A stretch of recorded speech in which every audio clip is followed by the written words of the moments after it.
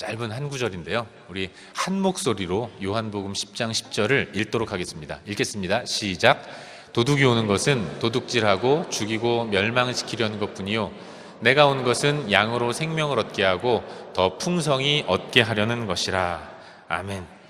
이 말씀 가지고 주 안에 풍성한 삶, 주 안에 풍성한 삶이라는 제목으로 하나님 말씀을 나누도록 하겠습니다. 잠깐 기도하고 말씀 나누겠습니다. 아버지 하나님, 귀한 주의 백성들이 하나님 말씀 앞에 섰습니다. 오늘도 우리에게 말씀하여 주시고 이 말씀을 붙들고 참으로 풍성한 삶을 살아갈 수 있도록 인도하여 주시옵소서. 예수 그리스도의 이름으로 기도하옵나이다. 아멘.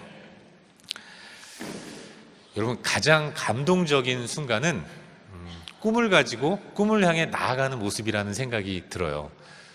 한국에서 요즘에 오디션 프로그램들이 아주 유행을 하고 있는데 가수가 되고자 하는 젊은이들, 그들이 오랜 시간 동안 준비하고 또 큰 마음을 갖고 신청을 하고 오디션에 신청을 해서 그 안에서 노래를 부르면서 한 단계 한 단계 자신의 꿈을 향해 올라가는 모습을 보면 그것 자체가 굉장히 커다란 감동이 된다는 생각이 듭니다. 자신이 꾸고 있던 꿈을 이루기 위해서, 목표한 바를 이루기 위해서 수고하고 애쓰는 모습, 그 자체가 진한 감동으로 보는 사람들로 하여금 큰 감동을 받게 만드는 장면이라는 생각이 듭니다. 이처럼 사람들은 누구나 이루고자 하는 꿈을 가지고 있고 그 꿈을 위해서 한 걸음 한 걸음 달려가고 뛰어가는 그런 인생을 사는 것입니다. 꿈은 꿈을 가지고 있는 사람들을 가만 놔두질 않아요. 그 꿈을 이루고자 하는 열망을 가지고 열심히 부단히 한 걸음 한 걸음 달려가게 만든다는 생각을 하게 됩니다. 우리도 마찬가지입니다. 우리도 다 이루고자 하는 꿈과 목적이 있지 않겠습니까? 꿈은, 목적은 젊은이들만의 전유물은 아닙니다. 우리도 항상 꿈을 가지고 그 꿈을 위해서, 꿈을 이루고자 한 걸음 한 걸음 달려가는 인생을 살죠. 여러분, 우리는 다 이민자입니다. 조국을 떠나서 낯선 땅 이곳에 이민을 왔고 하루하루 이민의 삶을 살아가고 있는데 우리가 왜 이민을 왔는가? 이민을 통해서 이루고자 하는 목적들이 있었다는 거죠. 어떤 분은 자녀들에게 더 좋은 환경을 물려주고 싶어서 이민을 오신 분도 있어요. 자녀를 위한 목적으로 이민을 오신 거죠. 어떤 분은 좀 더 넓은 세상에서 큰 꿈을 펼치고 싶다는 생각에 이민을 결심하고 이민 가방을 싸신 분도 있을 겁니다. 그런가 하면 어떤 분들은 제가 신방하면서 들은 얘기인데 한국 생활을 하면서 직장 생활하는데 내가 이렇게 살다가 죽겠구나 이런 생각이 들었대요. 그래서 이민 가방 싸고 이민을 오신 분도 있다는 그런 얘기를 들었습니다. 젊은이들도 마찬가지예요. 소위 더 좋은 스펙을 쌓기 위해서 유학을 오고 또 워킹홀리데이 비자를 받아서 오기도 합니다. 또 어떤 친구들은 다른 문화권에서 얻게 되는 그런 소중한 경험을 쌓으려고 호주에 온 친구들도 있더라고요. 그런가 하면 어떤 친구는 사랑했던 그녀와 헤어지고 시련의 아픔을 좀 극복해 보려고 온 사람들도 있을 거라는 거죠. 아무튼 우리는 다 그렇게 저마다 소망을 갖고 살아가고 있는 것이고 그 소망을 이루려는 목적을 가지고 우리의 행동들을 실천에 옮기는 것입니다. 그런데요, 사실 우리의 꿈, 우리가 소망하는 것들, 이런 것들을 한 단어로 간단하게 표현하면 그걸 행복이라고 말할 수 있을 것입니다. 이민 온 목적, 행복하려고 왔죠. 결혼을 하는 목적 또한 결혼을 하면 행복할 수 있다라는 확신을 갖고 결혼을 한 겁니다. 자녀를 양육하고 직장을 다니고 또 비즈니스를 하고 모든 일들은 다 행복하고자 하는 목적을 이루기 위해서 그 일들을 행하는 것입니다. 그런 의미에서 우리의 관심은 행복에 있다고 말할 수 있습니다. 어떤 분이 그러시더라고요. 아침에 일어나면 가장 먼저 떠오르는 주제, 눈을 떴는데 내 머릿속에 떠오르는 첫 번째 것, 그게 지금 내가 가지고 있는 가장 지대한 관심사라는 거죠. 눈을 떴는데 도시락 반찬이 생각나요? 그건 도시락이 지대한 관심사가 아니라 그 도시락을 먹게 될 이 아이가 행복한 그런 삶을 살기를 바라는 마음으로 도시락 반찬을 생각하는 거 아니겠습니까? 사람은 누구나 다 행복이라는 주제에 대해서 지대한 관심을 가지고 있어요. 사랑하는 여러분, 우리의 관심은 늘 행복에 있습니다. 그런데 우리는 행복하기를 바라고 우리의 관심은 행복에 있는데 그렇다면 하나님의 관심은 뭘까? 성경은 하나님이 우리를 창조하셨다고 말씀하고 계신데 늘 행복에 대해서 지대한 관심을 갖고 있는 나, 그런 나를 만드신 하나님은, 또 하나님의 관심은 뭘까? 그걸 알 수 있는 것이 바로 창세기 1장 27절 말씀에 기록되어 있어요. 우리 다 같이 창세기 1장 27절 말씀을 한 목소리로 읽도록 하겠습니다. 시작. 하나님이 자기 형상 곧 하나님의 형상대로 사람을 창조하시되 남자와 여자를 창조하시고. 아멘. 하나님이 자기 형상 곧 하나님의 형상대로 사람을 창조하셨다라고 말씀하고 있습니다. 여러분, 하나님이 사람을 창조하셨어요. 그런데 어떻게 창조하셨는가? 하나님이 사람을 사람의 형상대로 창조하지 않으시고 하나님의 형상대로 창조하셨다라고 말씀하고 있습니다. 우리를 사람대로 만들지 않으시고 사람처럼 만들지 않으시고 하나님처럼 만드셨다는 거예요. 여러분, 저는 참 신기한 게 아침에 오면서도 본 장면이지만 강아지는 정말로 강아지처럼 생겼어요. 돼지는 정말로 돼지처럼 생겼습니다. 우리가 수양관을 이렇게 가다 보면은 목장 있지 않습니까? 그 목장에서 그 푸른 풀밭에서 풀을 뜯어서 먹고 있는 이 소나 말을 보면 정말로 소처럼 생겼고 말처럼 생겼다는 거죠. 하나님이 그렇게 만드신 거예요. 하나님이 강아지는 강아지처럼, 소는 소처럼, 말은 말처럼 만드셨다는 겁니다. 그런데 우리 하나님은 그렇게 개는 개처럼, 돼지는 돼지처럼 만드신 하나님이 그런데 사람만큼은 사람처럼 만들지 않으시고 하나님의 형상대로, 하나님처럼 만드셨다는 겁니다. 왜 그런가? 고린도전서 1장 9절에 그 이유가 분명하게 기록되어 있는데 우리 다 같이 다시 한번 고린도전서 1장 9절 말씀을 함께 읽겠습니다. 시작. 너희를 불러 그의 아들 예수 우리 주와 더불어 교제하게 하시는 하나님은 미쁘시도다. 아멘. 너희를 불러 교제하게 하신 하나님 미쁘시도다. 왜 하나님이 사람을 사람처럼 만들지 않으시고 하나님의 형상대로 지으셨는가? 바로 교제에 있다는 거예요. 예수 그리스도 우리 주와 더불어 교제하게 하신 하나님. 하나님 우리를 사람처럼 만들지 않으시고 하나님의 형상대로 지어주신 이유는 그렇게 하나님의 형상대로 지음받은 우리와 서로 교제하기 위해서, 그리스도 우리 주와 더불어 교제하도록 만드시기 위해서 하나님 우리를 하나님의 형상대로 지어주셨다는 겁니다. 여러분, 누가 교제할 수 있습니까? 교제는 격이 같아야, 격이 맞아야 교제할 수 있는 겁니다. 사람이 바퀴벌레와 교제할 수 있겠어요? 그럴 수 없는 거죠. 왜냐하면 사람과 바퀴벌레는 격이 맞지 않기 때문에 그런 겁니다. 가끔씩 외로워서 집에 있는 강아지나 고양이와 교제를 나누고 교감을 나눈다고 하시는 분들도 있지만 사실 앉으라면 앉고 서라면 서는 그런 말 잘 듣는 강아지라고 하더라도 그 강아지와 정말로 영혼의 깊은 이야기를 나누는 진정한 교감과 교제를 나누기는 어렵다는 겁니다. 교제는 격이 같아야 하는 거예요. 하나님은 우리를 하나님의 형상대로 지어주셨고 그래서 하나님과 풍성한 교제를 누리면서 행복한 삶을 살도록 하시기 위해서 우리를 하나님의 형상대로 지어주셨다는 거예요. 인간의 관심은 행복인데 그런 인간을 만드신 하나님, 그래서 하나님의 관심 또한 우리가 소망하는 행복에 있다는 것, 우리의 관심과 하나님의 관심이 서로 다르지 않다는 것을 성경을 통해서 발견하게 되는 거예요. 결국 하나님의 관심도 우리의 풍성한 삶, 우리의 행복에 있다고 말할 수 있는 것입니다. 나의 관심과 나의 목적이 행복에 있는데 하나님의 관심 또한 우리의 행복과 풍성한 삶에 있다는 것. 그리고 하나님은 놀라운 열정과 전능하신 능력으로 당신의 목적한 바를 끝까지 완벽하게 이뤄내시는 분입니다. 하나님의 관심이 우리의 행복과 풍성한 삶이라면 하나님은 놀라운 능력과 열정을 가지고 그 일을 이루시는 분이기 때문에 그래서 우리는 행복하고 또 행복할 수 있고 행복해야만 하는 것입니다. 주 안에 있는 나에게 딴 근심 있으랴 찬양하며 나아갈 수 있는 이유가 바로 여기에 있는 거예요. 여러분, 오늘 본문이 요한복음 10장 10절 말씀입니다. 그런데 이 말씀에는 예수님이 이 땅에 오신 목적을 분명하게 기록하고 있어요. 하늘 영광 버리시고 이 땅에 오신 예수님, 하나님의 독생자이신 예수 그리스도께서 이 땅에 오신 이유, 그걸 명확하게 밝혀주고 있는 본문 말씀이 요한복음 10장 10절입니다. 우리 다 같이 다시 한번 오늘 말씀을 한 목소리로 읽도록 하겠습니다. 시작.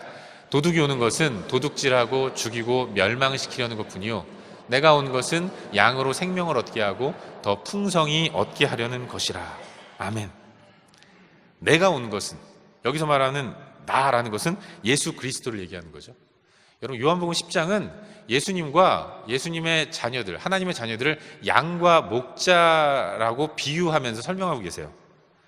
내가 온 것은, 그것은 양으로 생명을 얻도록 하기 위해서 오셨다라고 말씀하고 있는 것입니다.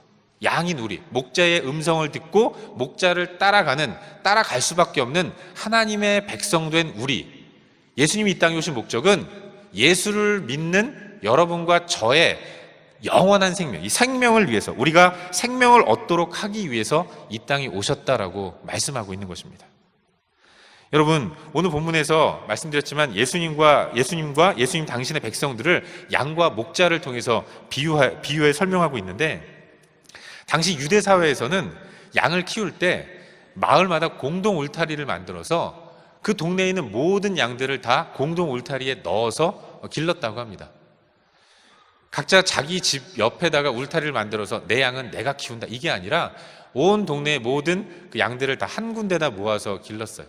그리고 아침이 되면 목자가 이제 그 울타리 앞에 서서 가자라고 얘기를 하면 그 목자에 속한 양들은 그 목자의 음성을 듣고 그 목자에 속한 양들만 나가서 목자를 따라서 푸른 초정과 맑은 물가로 가서 하루 종일 편안하게 목양을 하고 그리고 돌아오는 것입니다. 그런데 여러분, 양의 특징 가운데 하나가 아주 놀라운 청력을 소유했다는 겁니다. 양은 귀가 굉장히 밝아요. 우리가 잘 알다시피 양은 머리도 나쁘고요, 그리고 눈도 나쁩니다. 머리도 나쁘고 눈도 나쁜 게 고집만 세요. 그래서 엄청나게 말을 안 듣는, 그래서 성경은 우리를 양에 종종 비유하게 되는데, 어디 하나 봐줄 것 없는 그런 존재가 양인데, 그런 양이 근데도 참 기특하게 청력 하나는 굉장히 발달했다는 겁니다. 그래서 자기 목자의 목소리를 아주 정확하게 구별해낸다는 거예요. 실제로 실험을 해봤는데 울타리 안에다가 양들을 다 몰아넣고 이 성대모사를 아주 잘 기가 막히게 하는 사람이 그 사람에게 목자의 옷을 입히고 목자의 목소리로 양을 부르겠습니다. 그렇게 양을 불렀는데 정말로 그 목자에게 속한, 그 성대모사를 잘하는 사람이 내는 목소리의 주인공, 그 목자에 속한 양들은 한 마리도 미동도 하지 않고 가만히 있더라는 것입니다. 그 정도로 자기 목자의 음성을 정확하게 구별하는 것이 양이라는 거예요. 오늘 말씀에서 예수님이 이 땅에 오신 목적은 양으로 생명을 얻도록 하기 위함이다라고 말씀하시는데, 그 양이 바로 목자의 양인 것입니다. 하나님의 사람들, 바로 예수 그리스도를 마음의 구주로 영접한 저와 여러분, 우리로 하여금 생명을 얻도록 하기 위해서 이 땅에 오셨다라고 말씀하고 있는 거예요. 또한 양인 우리가 생명을 얻도록 하기 위함이다라고 하셨는데, 여기서 말하는 이 생명, 주님이 오신 목적이 양인 우리가 생명을 얻도록 하기 위해서 오셨다고 말씀하시는데, 이때의 생명, 이 단어가 헬라어로 조에라고 하는데, 이것은 그리스도를 통한 완전한 생명을 의미하는 겁니다.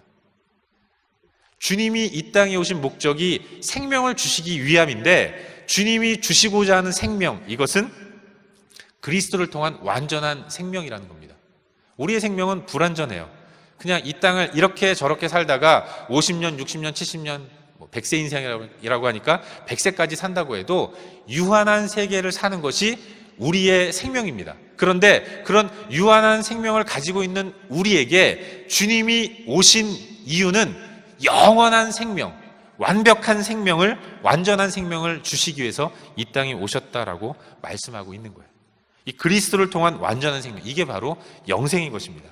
예수를 믿음으로 보장받는 영원한 생명, 천국에서의 영원한 생명, 육신의 숨은 잠시 끊어지지만 육체의 죽음 너머에 영원히 보장된 영생의 삶, 이걸 얻도록 하시기 위해서 우리 예수님은 이 땅에 오신 것이고, 죽음 이후에 천국에서 눈을 뜨도록 만들기 위해서 주님은 이 땅에 오셨다고, 영원한 생명을 허락해 주시기 위해서 이 땅에 오셨다고 성경은 말씀하고 있는 것입니다. 여러분, 우리가 예수 믿으면 천국 갑니다. 믿으십니까? 그리고 천국에서의 삶은 죽음이 없는 영원한 생명이에요. 그래서 우리는 죽음을 두려워할 필요가 없는 것입니다. 영원의 세계에 유한한 생명을 가지고 살아가는 땅에서의 삶은 지극히 잠깐이고 잠시인, 점으로도 찍을 수 없는 아주 짧은 순간인 겁니다. 그래서 우리는 죽음을 두려워할 필요가 없어요. 왜냐하면 예수를 믿음으로 우리가 영원한 천국의 삶을 소유했기 때문에 그렇습니다. 어느 주일학교에서 분반 공부를 할 때 선생님이 아이들에게 질문을 했습니다. 얘들아, 천국은 공부를 많이 해야 갈까? 아이들이 아니요 얘기를 했습니다. 그러면 천국은 착한 일을 많이 해야 갈까? 아니요. 그러면 천국은 돈이 많아야 가니? 애들이 아니요 그랬어요. 선생님이 흐뭇했습니다. 애들이 뭔가를 아는구나. 내가 좀 잘 가르쳤구나. 그러면서 마지막 질문을 던졌습니다. 그러면 천국을 어떻게 해야 갈까? 아이들이 이구동성으로 죽어야 돼요 그랬다고 그러더라고요. 여러분, 그렇습니다. 믿는 자에게 죽음은 영원한 생명을 누리는 천국으로 들어가는 이 통과 의례, 관문밖에는 안 되는 거예요. 그래서 우리는 죽음을 두려워할 필요가 없는 것입니다. 우리 육신은 비록 후패합니다. 하지만 우리 영혼은 천국에서 영원히 사는, 목자의 음성을 듣고 그 앞으로 나아간 하나님 당신의 사람들이 영원한 천국을 소유하도록 하시기 위해서 주님이 이 땅에 오셨기 때문에 그 주님을 영접한 우리는 천국에서 영생 복락하는 삶을 살게 되었다는 사실을 믿어야 돼요. 여러분, 예수 믿으십니까? 축하합니다. 여러분은 천국을 소유하셨어요. 영원한 생명을 소유하셨습니다. 옆에 분하고 인사하시죠. 축하합니다. 내가 오늘 밥 살게요 라고 고백하시는 분은 없으시네요. 근데 여러분, 여기서 한 가지 더 중요한 의미를 살펴봐야 돼요. 예수님이 오신 목적이 택함받은 양, 바로 저와 여러분이 생명을 얻도록 하기 위함이다 라고 말씀하셨습니다. 그리고 그 생명이 영원한 생명, 영생인데, 영생이라는 단어가 어떤 의미를 갖고 있는가를 좀 깊이 생각해야 돼요. 어떤 분들에게 영생이란 뭡니까? 라고 물어보면 영생은 영원히 사는 거예요 라고 말씀을 하시는데, 그건 한자를 풀어서 설명한 거고요. 우리 예수님이 영생은 이것이다 라고 명확하게 정의를 내려주셨습니다. 그게 요한복음 17장 3절이에요. 우리 다 같이 요한복음 17장 3절 말씀을 한 목소리로 읽도록 하겠습니다. 시작. 영생은 곧 유일하신 참 하나님과 그 보내신 자 예수 그리스도를 아는 것이니이다. 아멘. 여기 영생이라는 단어가 나오는데, 이 영생이라는 단어의 헬라어 표현이 요한복음 17장의 이 영생이라는 단어가 우리가 본문으로 삼은 요한복음 10장에 생명을 얻도록 하기 위해서 오셨다라고 말씀할 때 생명과 같은 단어입니다. 같은 조에라는 헬라어 단어예요. 그런데 그 영생, 조에, 이게 뭔가? 영생은 유일하신 참 하나님과 그가 보내신 자 예수 그리스도를 아는 것이다라고 말씀하고 있어요. 영생은 뭐냐? 단순히 영원히 사는 것이 아니라 아는 것입니다. 영생은 아는 것인데 누구를 아는 것인가? 하나님과 예수님을 아는 거예요. 여기서 말하는 이 안다라는 것은 그저 그냥 이름을 알고 주소를 알고 전화번호를 알고 이런 알미 아니라 매일매일 친밀하게 교제하는 교제로서의 알을 이야기하는 것입니다. 서로 사랑하고 서로 느끼고 서로 교감하고 서로 축복하고 매 순간 함께 하면서 기쁨과 즐거움과 슬픔과 어려움들을 함께 누리는 가운데 동행하는 모습, 그때 느껴지는 그 아는 것, 알면 알수록 더 알고 싶고 만나면 만날수록 더 만나고 싶고 그 만남 안에서 누리는 즐거움, 그게 안다라는 말의 의미인 것입니다. 영생은 예수님 하나님과 매 순간 또 날마다 더 친밀해지고 더 친해지고 더 깊은 교제를 나누는 가운데 누리는 풍성한 것입니다. 그게 행복이죠. 그래서 영생은 행복이라고 풀 수 있는 것입니다. 결국 영생은 하나님과의 교제이고 그렇게 하나님과 함께 나누는 교제가 바로 행복인 거예요. 그런데 주님이 이 땅에 왜 오셨습니까? 주님이 이 땅에 오신 목적은 바로 당신의 백성된 우리가 영원한 생명, 조에, 영생, 생명, 이걸 얻도록 하기 위해서 오셨다고 말씀하고 있어요. 그리고 우리 주님은 주님을 마음의 구주로 모시고 주님과 친밀하게 교제하는 가운데 풍성한 삶을 누리도록 만드시기 위해서 이 땅에 오셨다라고 성경은 기록하고 있습니다. 그리고 그 주님이 십자가에 못 박히시면서 마지막으로 남기신 말씀이 다 이루었다라는 거예요. 주님이 이 땅에 오신 목적은 예수 믿는 저와 여러분이 주님 안에서 천국을 소유한 하나님 백성이 되도록 하기 위해서 오셨고, 그뿐만 아니라 그냥 이 땅에서 고생하면서 힘들게 살다가 죽으면 천국에서 그때부터 고생 끝 행복 시작, 이렇게 영생몽당을 누리도록 하기 위해서만 오신 것이 아니라, 예수를 믿는 우리가 예수 그리스도를 마음의 구주로 영접하는 순간 주님 우리 마음에 들어오셔서 나를 다스리심으로 인해서 주님과 날마다 교제하는 가운데 행복하고 풍성한 삶을 살도록 하기 위해서 이 땅에 오셨다라고 성경은 말씀하고 있습니다. 그리고 주님이 십자가에 못 박혀서 마지막으로 돌아가시면서 남기신 말씀이 다 이루었다라는 겁니다. 다 이루었다라는 게 뭐겠습니까? 이 땅에 온 목적을 이루었다라는 거예요. 주님이 오신 목적은 우리가 천국을 소유할 뿐만 아니라 이 땅에서도 매일매일 주님과 함께하는 행복하고 풍성한 삶을 살도록 만들기 위해서 오셨는데, 주님은 그걸 이루었다라고, 다 이루었다라고 십자가 위에서 담대하게 선포하시고 선언하셨습니다. 그래서 우리는 행복한 사람이 된 것입니다. 여러분, 우리가 예수를 마음의 구주로 모신 하나님의 사람이라면 우리는 이미 행복한 사람이라는 사실을 믿으시길 바랍니다. 우리 안에는 이미 풍성한 삶이 있는 거예요. 그리고 그 풍성한 삶으로 인해서 우리는 행복한 사람이 되었다는 사실, 이걸 매 순간 기억하며 살아가야 하는 것입니다. 하지만 안타깝게도 많은 사람들이 그 행복을 누리지 못해요. 왜냐하면 행복을 소유의 개념으로만 생각하기 때문에 그렇습니다. 뭔가를 가져야만 행복한 거라고 생각하고, 내가 바라는 것들이 현실적으로 이루어져야만 행복한 것이라고 생각한다는 거죠. 그래서 실제로 가지고 있지 못하면 또 형편과 상황이 마음에 들지 않으면 불안해하고 불편해하고, 그러면서 불행하다고 느끼며 살아가는 사람들이 얼마나 많은지 몰라요. 여러분, 실제로 세상의 가치 기준으로 볼 때는 행복이 그런 겁니다. 어떤 철학자가 행복에 대해서 이렇게 정의했다고 하는데, 행복이란 지속적 욕망에 대한 계속적 충족이라고 얘기를 했다고 합니다. 내가 필요한 것, 내가 바라는 것, 그 모든 것들이 다 충족되어야만 그게 행복이라고 말할 수 있다는 거죠. 내가 목이 마를 때는 물이 있어야 행복한 겁니다. 내가 돈이 필요할 때는 돈이 있어야 행복하다고 생각하는 겁니다. 끊임없이 내 안에서 샘솟는 욕심이 계속해서 채워지고 충족될 때, 그때만 행복을 누릴 수 있다는 거죠. 예수 밖에 있는 사람들, 하나님을 모르는 사람들은 행복을 그런 식으로 정의합니다. 하지만 우리가 어떤 존재입니까? 우리는 끊임없이 우리 마음 가운데 계속해서 욕심이 일어나는 존재예요. 우리는 만족을 모르는 존재인 겁니다. 지금 뭐 하나 소망하는 것들이 이루어지면 또다시 새로운 소망을 가지고 그걸 이루기 위해서 그것이 이루어졌으면 좋겠다라고 소망하면서 살아가는 게 우리 아닙니까? 방 2개짜리 사시는 분들은 만족하지 못해요. 3베드룸을 원합니다. 방 3개짜리로 이사하면 5개, 6개 방 있는 집에 사는 사람들을 부러워하게 되어 있어요. 우리가 그런 존재이기 때문에, 그럼에도 불구하고 이것이 다 채워지는 것만을 행복이라고 얘기한다면, 그래서 세상에는 진정한 행복을 누리는 사람이 거의 없는 것입니다. 여러분, 행복은 그런 게 아니죠. 참된 행복, 참된 풍성함은 그런 소유를 통해서 얻어지는 것이 아닙니다. 진정한 행복은 존재로부터 기인하는 거예요. 뭘 가졌느냐가 행복의 조건이 아니라 내가 누구인가, 내가 어떤 존재인가, 이것에 대한 분명한 인식으로부터 행복은 시작되고 출발되는 겁니다. 여러분, 우리의 가정을 생각해 보십시오. 가정에는 아빠가 있고 엄마가 있고 자녀가 있어요. 그런데 엄마가 있고 아빠가 있고 자녀가 있는데, 그런 가정에서 가장 행복한 삶을 사는 존재가 누구겠습니까? 그건 자녀예요. 왜 자녀가 행복합니까? 부모의 보호 아래에 있기 때문에 그래요. 자녀는 자녀라는 존재 자체로 인해서 그 자체로 행복하고 풍성한 삶을 살고 있는 것입니다.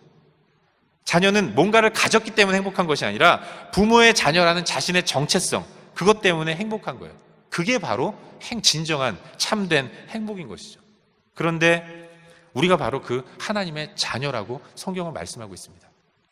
요한복음 1장 12절에는 이렇게 말씀하고 있어요. 우리 다 같이 요한복음 1장 12절을 한 목소리 읽도록 하겠습니다. 시작. 영접하는 자, 곧 그 이름을 믿는 자들에게는 하나님의 자녀가 되는 권세를 주셨으니. 아멘. 자녀는 행복한데, 영접하는 자, 예수 그리스도를 받아들이고 마음의 구주로 모신 그런 사람들에게는 하나님의 자녀가 되는 권세를 주셨다라고 말씀하고 있습니다. 우리가 예수를 믿는다면 우리는 하나님의 자녀예요. 자녀가 행복하니까 자녀인 우리는 하나님의 자녀라는 존재 자체만으로 우리는 참된 풍성함과 행복을 누리는 존재가 된 것입니다. 그래서 우리는 행복하고 풍성한 사람이에요. 예수 그리스도께서 십자가를 지고 돌아가심으로 인해서 우리의 죄를 다 사해 주셨다는 사실을 확신하는 가운데 그 주를, 예수 그리스도를, 하나님의 그 아들을 나의 주로, 나의 하나님으로 모셨다면 우리는 하나님의 자녀로서 날마다 자녀됨의 풍성함과 은혜를 누릴 수 있게 되는 것입니다. 우리는 자녀이기 때문에 행복한 존재이고, 자녀이기 때문에 우리가 갖게 된 이 행복을 날마다 마음껏 누리는 그런 복된 삶을 살아야 합니다. 우리의 삶은 늘 한계가 있고 늘 어려움이 있어요. 하지만 어려움과 한계 앞에서 고민하고 걱정하는 것은 부모의 몫이지 자녀의 몫은 아니라는 것입니다. 자녀는 부모를 신뢰하면서 마음껏 풍성하게 행복한 삶을 살면 되는 것입니다. 그게 자녀됨의 특권인데 하나님은 그런 우리를 하나님의 자녀로 삼아 주셨다는 것을 믿으시길 바랍니다. 제 얘기를 좀 하려고 하는데, 저는 2008년도에 호주로 왔습니다. 제가 호주에 올 때에 받은 비자가 관광 비자였어요. 교회에서 사역을 해야 되는데 빨리 좀 들어오라고, 그래서 관광 비자를 받고 들어와서 여기서 브리징으로 신청을 해서 종교 비자를 받으면 좀 기간이 좀 단축될 수 있을 거라고 관광 비자를 받고 들어오라는 명을 내리셔서 제가 교회에 비자를 받고 들어왔습니다. 그런데 그때 당시에 제 딸아이가 이제 유치원을 마치고 1학년 이어 1을 들어가야 할 때였어요. 학교를 다녀야 했습니다. 처음에 호주 와서 교회 적응도 중요하지만 또 생활하는 것도 좀 편안해야 교회 사역에 전념할 수 있지 않겠습니까? 정착도 필요했는데 무엇보다도 이 눈에 넣어도 아프지 않을 고명딸, 그 아이를 어느 학교로 보내야 하나 고민이 됐습니다. 근데 우리 선배 목사님들께서 크리스찬 스쿨에 보내면 좋다고 얘기를 했어요. 크리스찬 스쿨에 보내면 목사니까 학비 감면 혜택이 있다고 보내라고 했습니다. 그래서 아주 좋은 크리스찬 스쿨을 소개해줬고 아이의 손을 잡고 또 교회 우리 행정실장 집사님과 함께 아이가 다녀야 할 학교로 갔습니다. 입학 상담을 하러 갔는데 너무 친절하게 맞이해 주는 겁니다. 교장 선생님이 아이를 안아주기도 하고 막 이름도 물어보고, 물론 아이는 못 알아들었을 겁니다. 영어로 물어봤으니까. 너무 따뜻하게 대해주는 거예요. 저도 마음이 편안했습니다. 이런 학교에 아이가 다니면 참 좋겠다라는 생각을 했는데, 그렇게 친절하게 얘기를 해주시던 분이 갑자기 우리의 비자 상태가 관광 비자라고 하니까 근심 섞인 얼굴을 하면서 관광 비자 상태에서는 학비 감면 혜택을 줄 수 없다라고 얘기를 해주더라고요. 제가 목사인 건 알지만 그래도 비자 상태가 종교 비자 이상이어야 학비 감면 혜택을 줄 수 있다고 얘기를 했어요. 그 얘기를 듣고 세상 물정을 잘 모르는 저와 아내가, 그러면 여기는 한 텀이 한 2달 정도밖에 안 되니까 한 텀만 보내보지 말아보자, 이렇게 생각을 했어요. 학교를 안 보내기로 한 겁니다. 아동학대는 아니고요. 학교를 한번 안 보내보기로 결정했고 2달 동안 비자가 나오겠지라는 생각을 했어요. 그래서 용기 있게 아이를 집에 두고 이제 학교를 안 보냈습니다. 그런데요, 비자가 안 나오는 겁니다. 한 텀이 다 되도록 비자가 안 나와요. 교회에 물어보니까 서류가 다 들어갔기 때문에 케이스 오피서가 도장만 찍어주면 오늘이라도 나옵니다, 이런 얘기를 해주는데 그 오늘이 계속 내일이 되는 겁니다. 마음이 힘들어지죠. 다 들어갑니다. 어떻게 된 건가. 근데 정말로 방학을 맞이했는데 2번째 텀 개강할 때까지도 비자가 안 나오는 거예요. 되게 마음이 힘들고 어려웠습니다. 그때부터 정말로 많은 기도를 했죠. 우리의 어려운 환경은 무릎 꿇게 만드는 하나님의 은혜입니다. 저도 아이를 위해서 계속 비자 문제를 해결해 주셔서 아이를 학교 보낼 수 있도록 도와달라고 기도했어요. 또 아이가 헌터스힐 가서 친구들 만나니까 학교 얘기를 했나 봐요. 집에 와서 아빠 나는 언제부터 학교 가? 이러니까 마음이 좀 아프고 힘들더라고요. 열심히 기도했습니다. 저는 새벽에 교회 가서 기도하고 아내는 집에서 계속 기도했어요. 우리의 기도 제목은 비자 주십시오라는 거였습니다. 케이스 오피서가 도장 한 번만 찍으면 된다는데 전능하신 하나님이 그 마음 한번 툭 건드려서 도장 줄 수 있는 거 아닙니까? 왜 이러십니까? 라고 불평도 좀 하고 원망도 좀 하면서 계속 기도했어요. 한번 화끈하게 도장 한번 탁 찍어주면 될 일을 가지고 왜 이렇게 시간을 끄나, 이런 생각을 가졌는데 드디어 2번째 텀 개강할 때가 왔습니다. 그때도 비자는 안 나왔어요. 할 수 없이 다른 학교를 좀 알아봤는데 똑같은 대답을 줬습니다. 학비 감면 혜택은 줄 수 없다는 거죠. 근데 그러던 어느 날 새벽에 교회 가서 새벽 기도를 마치고 집으로 이제 옷을 갈아입으러 들어왔어요. 그리고 옷 갈아입고 출근을 해야 하는데, 제가 새벽 기도 끝나고 집에 가서 문을 열고 들어가는데 아이가 깨서 아빠하고 환하게 웃으면서 제 품에 이렇게 안기더라고요. 순간 그 아이, 환하게 웃는 아이를 보면서 제 머릿속에, 그래, 요즘 아침을 웃으면서 시작하는 사람이 우리 세 식구 가운데 누가 있지? 아이밖에는 없는 겁니다. 아내와 저는 비자 문제 때문에 계속 근심하면서 주십시오, 주십시오. 그런데 아이는 환하게 웃으면서 날마다 하루하루가 정말로 행복하고 복된 시간인 거예요. 아이는 아침마다 일어나서 오늘은 어디 가서 놀까? 오늘은 무슨 비디오 보면 놀까? 이 생각밖에 안 하는 겁니다. 그런데 우리는 쟤 어떡하나 제 인생 어떡하나 고민하고 있는 겁니다. 또 한편으로는 여러분, 비자가 제일 필요한 사람이 아내와 저 아이 중에 누구겠습니까? 아이잖아요. 제가 학교 가는 거 아니고 제 아내가 학교 가는 거 아닙니다. 학교는 그 아이가 가는 건데, 정작 자기 문제 때문에 엄마 아빠는 고민해요. 근데 그 아이는 아무 생각이 없는 것입니다. 너무너무 행복한 삶을 사는 거예요. 그걸 보면서 하나님께서 저에게 큰 울림과 깨달음의 메시지를 주셨습니다. 여러분, 아이가 행복한 이유는 부모의 자녀이기 때문에 그런 거예요. 부모에 대한 믿음, 엄마 아빠가 나를 잘 키워주고 이끌어주고 보살펴 줄 거라는 믿음, 신뢰, 이것 때문에 아무 고민 없이 살아가는 겁니다. 그런데 그렇게 그날 그 아침에 환한 웃음을 머금으면서 제 품에 안겼던 아이를 바라보면서 하나님이 저에게 주셨던 깨달음은, 너는 나를 아버지라고 부르는데 왜 이렇게 근심하고 걱정하냐?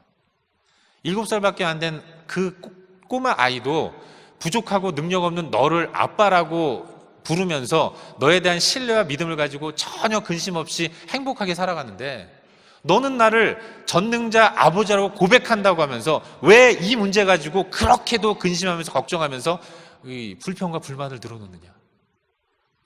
이 깨달음을 저에게 주셨어요. 그 근심과 걱정은 어울리지 않는 것이다라는 말씀을 제 안에 허락해 주신 겁니다. 그때 굉장히 큰 은혜와 깨달음을 얻었던 기억이 납니다. 사랑하는 여러분, 그렇습니다. 하나님 우리에게 풍성한 삶을 허락해 주시기 위해서 이 땅에 당신의 독생자이신 예수 그리스도를 보내주셨어요. 그리고 주님은 십자가로 인해서, 십자가를 통해서 그 목적을 완벽하게 이루어 주신 것입니다. 우리는 하나님의 자녀라는 이 존재로 인해서 이미 행복한 자가 되었다는 사실, 우린 그걸 믿으며 나아가야 돼요. 우리의 삶은 날마다 거친 풍파가 우리를 위협합니다. 그러나 부모의 품에 안긴 아이들은 세상이 풍파로 힘들어도, 거친 파도가 날아와도 부모의 품 안에서 새근새근 잠을 자는 평안을 누릴 수 있는 거예요. 왜냐하면 그 아이는 자녀이기 때문에 그렇습니다. 여러분, 우리가 자녀라는 사실을 잊지 않을 수 있기를 주의 이름으로 축원합니다. 우리가 하나님의 자녀입니다. 여러분이 부모가 아니라는 거예요. 여러분이 하나님이 아니라는 겁니다. 제발 하나님처럼 되려고 하지 마시고 자녀됨의 자리를 지키실 수 있었으면 좋겠어요. 우리의 삶 가운데는 어려움이 있습니다. 그러나 그 어려움을 바라보면서 근심하는 몫은 부모의 몫이지 자녀인 우리의 몫이 아니라는 것. 이걸 담대하게 선포하면서, 하나님, 내가 자녀임을 잊지 않겠습니다. 주님을 의지하면서 주님 안에서, 주 안에 풍성한 삶을 살겠습니다. 담대하게 선포하고 평안을 누리는 우리 모두가 될 수 있기를 주의 이름으로 축원합니다. 말씀을 맺겠습니다. 우리가 새벽마다 교회 나와서 새벽 기도를 드릴 때 제일 먼저 하는 게 주기도문이에요. 근데 그 주기도문은 하늘에 계신 우리 아버지여 라는 말로 시작을 합니다. 근데 여기서 말하는 아버지, 하늘에 계신 우리 아버지여 라고 할 때 이 아버지는 헬라 원어의 의미가 아빠라는 뜻입니다. 주기도문은 예수님께서 당신의 제자들에게 기도하는 법을 가르쳐 주셨는데, 기도를 가르치시는 예수님이 가장 먼저 말씀하신 것이 하늘에 계신 그분을 아빠라고 부르라고 가르쳤다는 거예요. 여러분, 아버지는 시간이 지나면 연약해져요. 아버지는 시간이 지나면서 왜소한 어깨가 보입니다. 시간이 지나면서 연약해지고요, 연약함을 숨기기 위해서 그냥 더욱더 완고한 모습을 보입니다. 고집스러워지는 거예요. 아버지는 그렇게 연약한 존재입니다. 그런데 우리는 아빠라고 부를 때 그 아빠를 슈퍼맨으로 받아들이는 거예요. 어릴 때 우리가 아빠라고 부른 그 대상은 못하는 것이 없었습니다. 그 아빠는 못 푸는 산수 문제도 없었고 못 고치는 물건도 없었어요. 세상에서 가장 힘센 분이 바로 우리의 아빠였습니다. 저희 아빠는요, 굉장한 마술사였습니다. 어떻게 입으로 들어간 그 장난감이 뒤통수에서 나오는지 모르겠어요. 신기하게 그런 마술을 부리는 능력자였습니다. 그런데 예수님이 제자들의 기도를 가르칠 때 그 하나님, 하늘에 계신 그 하나님을 아버지가 아니라 아빠라고 고백하도록 가르쳤다는 겁니다. 그 말의 의미가 뭐겠어요? 하나님을 아빠로 고백하는 가운데, 전능자 하나님을 의지하는 가운데 땅에서의 문제들을 근심하지 말고 살아가라는 예수 그리스도의 메시지가 그 안에 담겨 있는 것입니다. 주님이 핏값으로 우리에게 허락하신 풍성함, 그 풍성함을 눈에 보이는 소유의 유무로 인해서 잃어버리지 마시기를 바랍니다. 곧 없어질 세상 것들을 소유하지 못했다는 것 때문에 내 안에 이미 자리하고 있는 그 풍성함을 잃어버리는 이런 안타까운 모습이 없었으면 좋겠어요. 바라기는 우리 삶 가운데서 주님을 매 순간 친밀한 아빠로 고백하는 가운데 그 아빠에게 근심과 걱정을 다 내어드리고 주님 안에서 자녀됨의 풍성함을 누리는, 주 안에 풍성한 삶을 사는 우리 모두가 될 수 있기를 주의 이름으로 축원합니다. 기도하겠습니다. 이 시간 우리 함께 말씀을 기억하면서 기도의 자리로 나아갔으면 좋겠습니다. 사랑하는 여러분, 우리의 본질, 나는 어떤 존재인가? 우리는 하나님의 자녀예요. 전능하신 하나님을 아빠로 모신 하나님의 자녀입니다. 여러분, 아빠는 자녀를 사랑해요. 그리고 사랑하는 자녀에게 모든 것들을 제공해주고 보호와 인도의 손길을 아끼지 않습니다. 그런데 하나님이 우리를 자녀로 불러주셨어요. 그렇기 때문에 우리는 그 주님의 품 안에서 세상의 풍파가 날 향해 덮쳐온다고 할지라도, 아무리 커다란 어려움 때문에 내가 근심 섞인 환경 가운데 들어간다고 할지라도 우리는 그 안에서 내 영혼 평안해 고백할 수 있는 겁니다. 여러분, 그 하나님께 여러분 삶을 맡기시기를 바라요. 그분께 우리의 가정을 맡기시기 바랍니다. 그분께 우리의 교회를 맡길 수 있었으면 좋겠어요. 하나님 아버지께, 하나님 아빠에게 내 모든 것들을 다 맡기는 가운데 주 안에서 자녀가 마땅히 누려야 할 풍성함, 그 풍성함을 누릴 수 있었으면 좋겠습니다. 우리 시간 함께 기도합시다. 하나님, 내가 하나님의 자녀임을 믿습니다. 주 안에 풍성한 삶을 살아갈 수 있도록 나를 붙들어 주십시오. 주 안에 풍성한 삶이 바로 나의 삶이라는 사실을 믿고 주님 신뢰하는 가운데 주님과 함께 나아갈 수 있도록 역사해 주시옵소서. 거친 파도가 날 향해 다가오는 이 거친 세상 속에서도 주를 믿는 믿음으로 날마다 승리하며 참 평안을 누리며 살아갈 수 있도록 나를 붙들어 주시옵소서. 이 시간 말씀 기억하면서 함께 통성으로 기도하도록 하겠습니다. 함께 기도합시다. 거룩하신 아버지 하나님, 이 시간 말씀을 기억하며 나갑니다. 전능하신 아버지 하나님, 나를 자녀 삼아주신 하나님을 의지하며 나갈 수 있도록 인도하시옵소서. 예수를 의지하는 삶을 살아갈 수 있도록 인도하시고 자녀들의 풍성함을 마음껏 누리며 살아갈 수 있도록 인도하시옵소서.